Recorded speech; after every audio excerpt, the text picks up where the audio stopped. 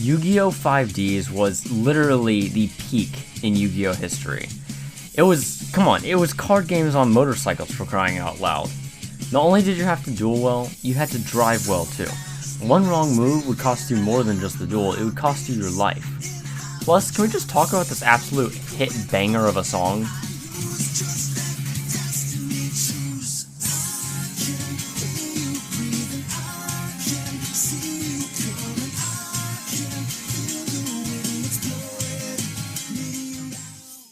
One of my favorite parts about the whole series was the lore of the Dragon Star, the Crimson Dragon.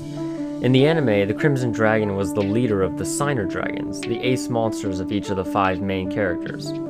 With the Dragon Star's full power, the duelists could pull off incredible abilities. A prime example of this is when Yusei Fudo used the Crimson Dragon's power to summon Shooting Quasar Dragon in order to defeat Zone. In today's video, I designed a deck that summons Ultimaya Tzolk'in, the Crimson Dragon himself, as well as all of the rest of the Signer Dragons for diverse and powerful effects.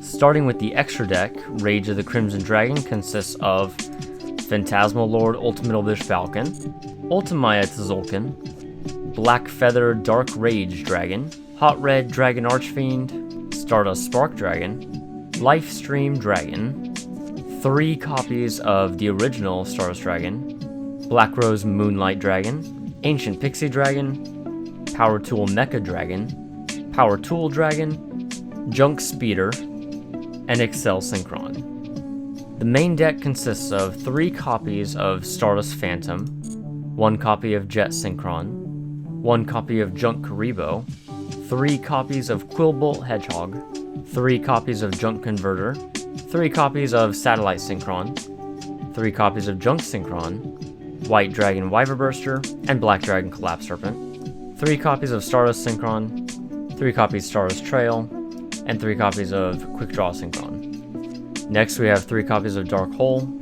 3 copies of Tuning, 3 copies of Stardust Shimmer, 3 copies of Stardust Illumination, 3 copies of Junk Barrage, 3 copies of the field spell Starlight Junction, 3 copies of Twin Twisters, Starlight Road, Stardust Respark, and Converging Wishes.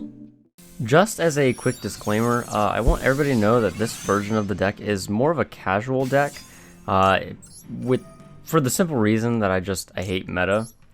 But if you want to make it more competitive, I'd say remove some of the cards in the extra deck, replace them with Junk Speeder or Crystal Wing Synchro Dragon. Go ahead and toss in like 3 copies of like Ash Blossom or Effect Veiler, and then also more Spell and Trap removal because this deck only has Twin Twisters as Spell and Trap removal. So I don't know, Harpy's Feather Duster if you would, Mystical Space Typhoon, anything of the sort should help it out as well. But yeah, this deck is mainly supposed to be more of a casual deck, not a competitive one. I think it should be pretty clear what this deck is actually trying to achieve. The main boss monsters of this deck are Phantasmal Lord Ultimate Bish Falcon and Ultimaya Tzolk'in. Now, in the Yu-Gi-Oh! 5D's manga, the Crimson Dragon, also known as Ultimaya Tzolk'in, has an upgraded form similar to Stardust Dragon, turning into like Shooting Star Dragon. But yeah, this upgraded form is relying more on attacking power. This upgraded form is Phantasmal Lord Ultimate Bish Falcon. Ultimate Bish Falcon can be summoned with any level 8 tuner and any level 8 non-tuner. And then it's not actually considered a synchro summon, which is a fun thing. I actually got around a Dark Highlander deck one time by doing that effect. But my most common method of doing this is using Excel Synchron and some level 8 synchro monster. And then when Bish Falcon enters the battlefield, he gains 1000 attack for every monster on the field. He can also summon as many tokens as he wants to the field for a max attack of about 12,000.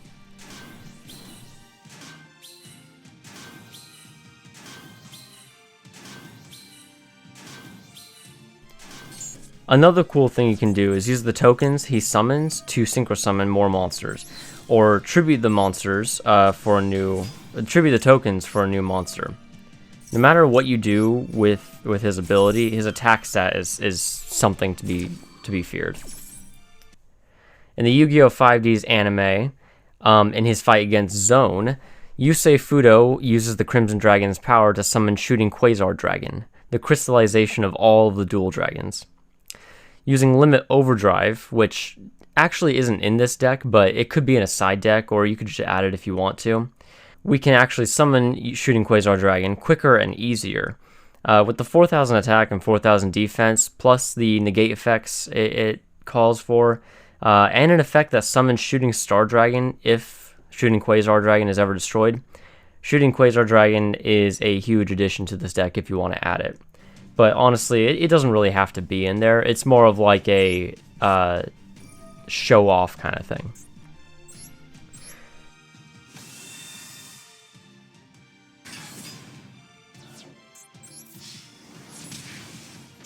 Now, while Phantasmal Lord, Ultimate Bishop Falcon, and Shooting Quasar Dragon are cool, the main boss monster of this deck is Ultimate Tzolk'in, the Crimson Dragon. As I've already said, in the anime, the Crimson Dragon was the leader of the Signer Dragons, but in the manga, the Dragon God was a lot less benevolent. Ultimate Tzolk'in was instead the creator of the dual dragons, and was using them to try and corrupt all the dual priests, like Yusei Fudo and Akiza and Jack. If a dual priest was strong enough, they could use their dual dragon to help seal away the Ultimate God for 10,000 years.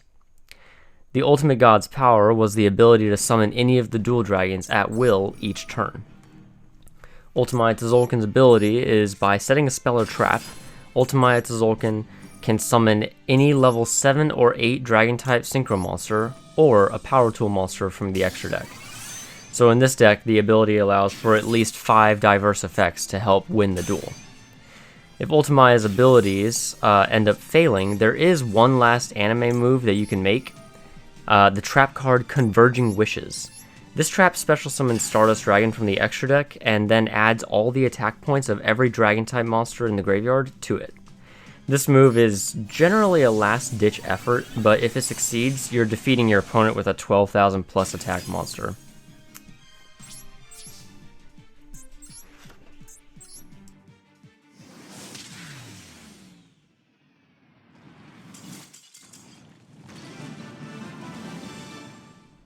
Alright, so to showcase kind of what this deck can do, we're going to go ahead and play one of the replays that I have. So it's like kind of a good match, no crazy negates, no full stops right off the bat. I will say the opponent didn't do very much, it felt like, but there was something going on, I'm not really sure. So, draw top 5. And we start with the Starlight Junction field spell. And then we activate Stardust Illumination. So Stardust Synchron sent to the graveyard. Activate effect. It's a really basic combo. Add card from deck to hand. Activate effect of Quibble Hedgehog. Special summon.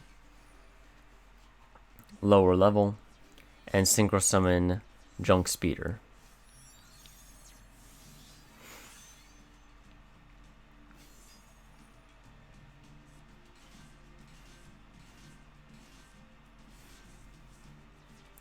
And then go for Ultimate Tzolk'in using Quick Draw Synchron and Junk Speeder.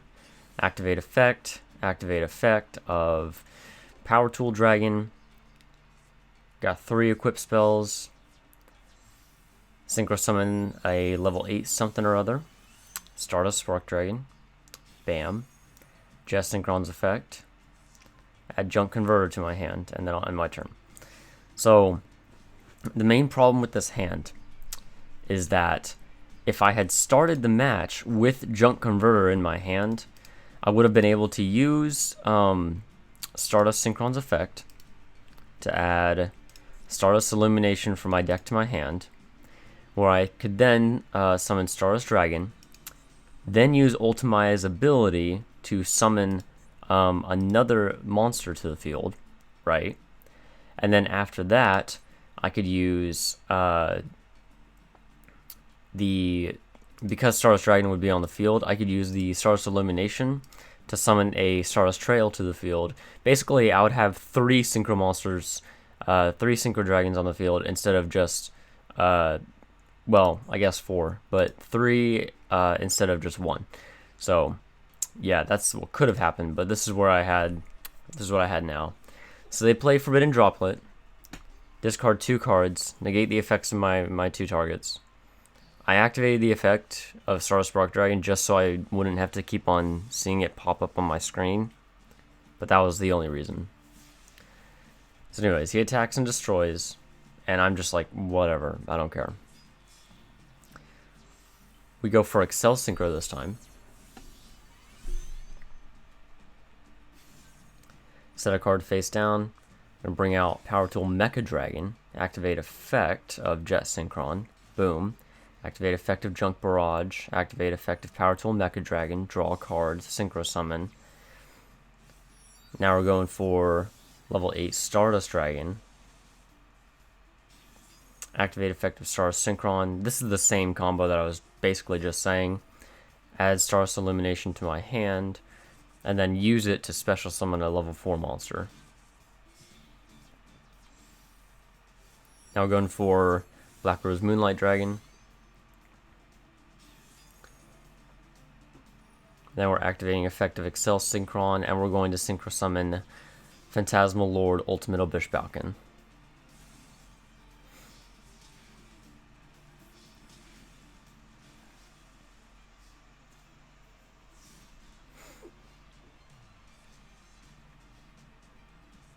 Alright, so he plays left arm. I activated the effect of Phantasmal Lord, and I summoned 2 tokens to my field, 2 tokens to his field. And my plan was to use these tokens for a Synchro Summon during the next turn, but I wasn't sure. He added the Grass Looks Greener to his hand. Not really sure why, because it didn't end up doing anything, so yeah. So I drew a card, activate effect of Stardust Illumination, increased level, and I summoned out level 7 Ancient Pixie Dragon. Then I set a card face down. Oh, Stardust Shimmer, and I just didn't use Ultimaya's ability, I guess. I don't know. Either way, that's good game. But anyways, let me know what you think of this deck, Rage of the Crimson Dragon. Whether or not you would use it, and how well you think it would fare if like you added meta cards to it, made it seem a little bit more like a meta extreme deck. Make sure to hit that like button, subscribe if you're interested in seeing more Yu-Gi-Oh content, or maybe Minecraft or Overwatch or any other of the videos that I make. Anyways, till next time guys, peace out.